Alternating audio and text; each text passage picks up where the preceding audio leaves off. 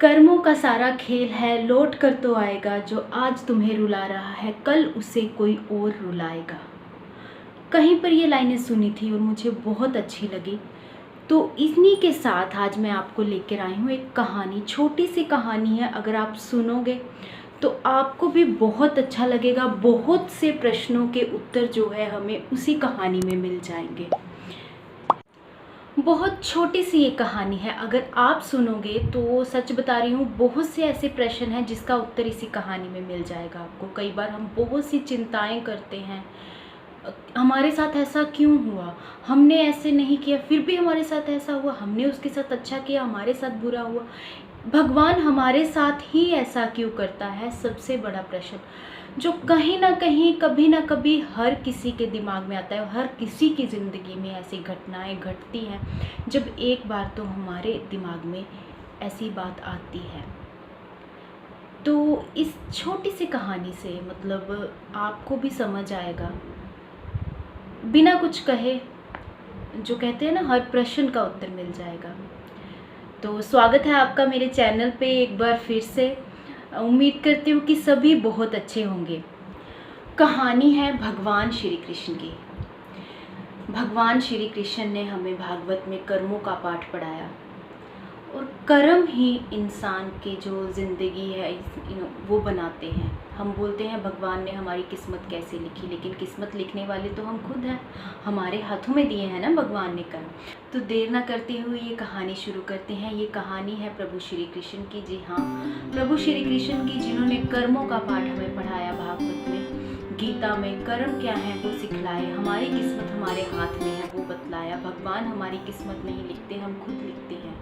वो तो सिर्फ हमें फल देते हैं, जो हम कर्म करते हैं वो तो हमारे हाथ में है, उसी से हमारी ज़िंदगी लिखी जाती है, हमारी किस्मत बनती है।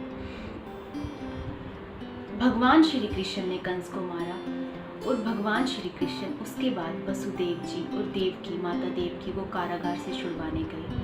14 साल के बाद जब वो अपने माता पिता से मिले तो कैसी हालत थी उनकी माता पिता की, क्या खुशी थी क्या दुख थे, आप भी जान सकते हो अपने बेटे को देखकर कैसा लगा उन्हें।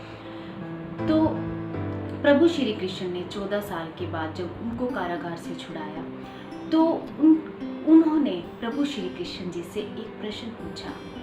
वसुदेव जी ने और माता देवकी ने प्रभु श्री कृष्ण जी से पूछा, आप तो भगवान हैं, आप सब जानते हैं, सब कर सकते हैं, तो इसके लिए 14 साल क्यों लगा दिए। 14 साल के बाद जो है वसुदेव जी और देवकी जी को जो है श्री कृष्ण जी ने कारागार से छुड़वाया था। तो आपने 14 साल इसके लिए क्यों लगा दिया, आप तो सब कर सकते थे, आप तो भगवान हैं और सब जानते थे। कंस को मारने के लिए या हमें छुड़वाने के लिए या हमें यहाँ हमारे पास आने के लिए, मतलब माता और पुत्र के मिलन के लिए आपने 14 साल क्यों लगा दिए प्रभु। तो कृष्ण जी ने उसका जो उत्तर दिया आप भी सुनिए। कहीं ना कहीं हम सबके एक प्रश्न का उत्तर तो मिलेगा ना, हमारे साथ ही ऐसा क्यों होता है। प्रभु श्री कृष्ण ने कहा, माता, पिछले जन्म में आपने 14 साल तक मुझे मेरी माता से दूर किया था, 14 साल तक मुझे वनवास में भेजा था, तो इस जन्म में 14 साल तक आपको अपने पुत्र से दूर रहना पड़ा, 14 साल तक आपको कारागार काटना पड़ा। तो देवकी माता ने कहा, वो कैसे।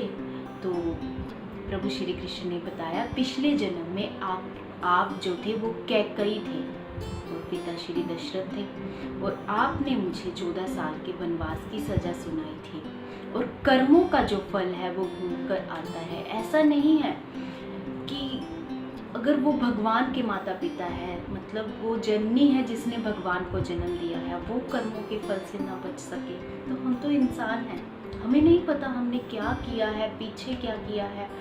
हम सोचते हैं कि हम सब कुछ अच्छा कर रहे हैं पर हमारे साथ अच्छा नहीं हो रहा। हम सोचते हैं कि ये सिर्फ मेरे साथ ही क्यों हो रहा है, ऐसा नहीं होता।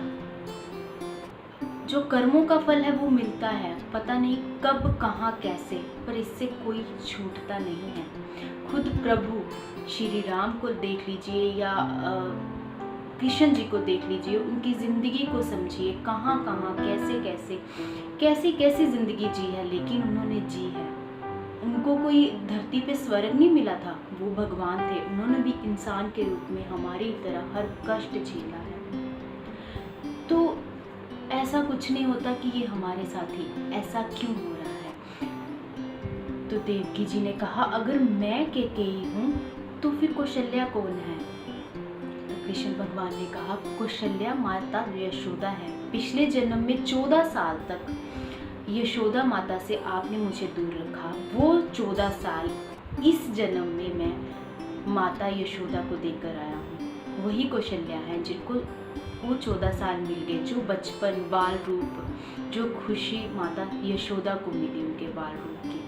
और उन 14 सालों के बाद वो अपनी देवकी माता के पास आए जो कैकेयी थी। तो कर्मों का फल तो हर किसी को मिलता है।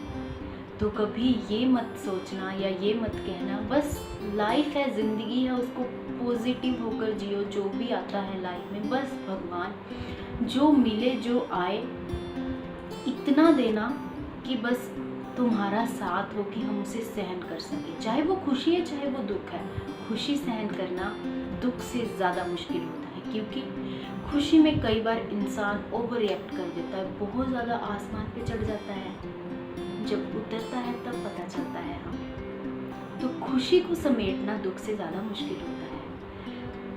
तो अगर आपको ये अच्छा लगा हो तो शेयर ज़रूर कीजिएगा, चैनल पे नए आए तो चैनल को सब्सक्राइब कर दीजिएगा, लाइक करना ना भूलिएगा वीडियो को। तो बने रहिए इसी तरह से, छोटी मोटी कुछ ना कुछ हम बातें करते रहेंगे और ऐसी ही वीडियो लेके आते रहेंगे।